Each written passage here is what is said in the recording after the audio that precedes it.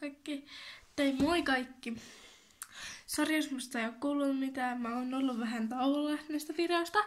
Joten apua.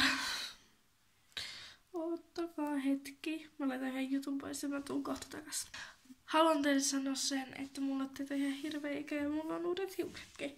Se ei näy tähän. Mulla on blondi. Niinku vähän blondiksi tullut. Mulla on vähän niinku raitoja tässä. Mutta tässä videossa ei valitettavasti näy sitä, mutta tää on niin hirveän pimeä. Tää kohta, missä mä nyt oon. Mutta ihanaa nähdä teitä pitkästä aikaa. Love you teille.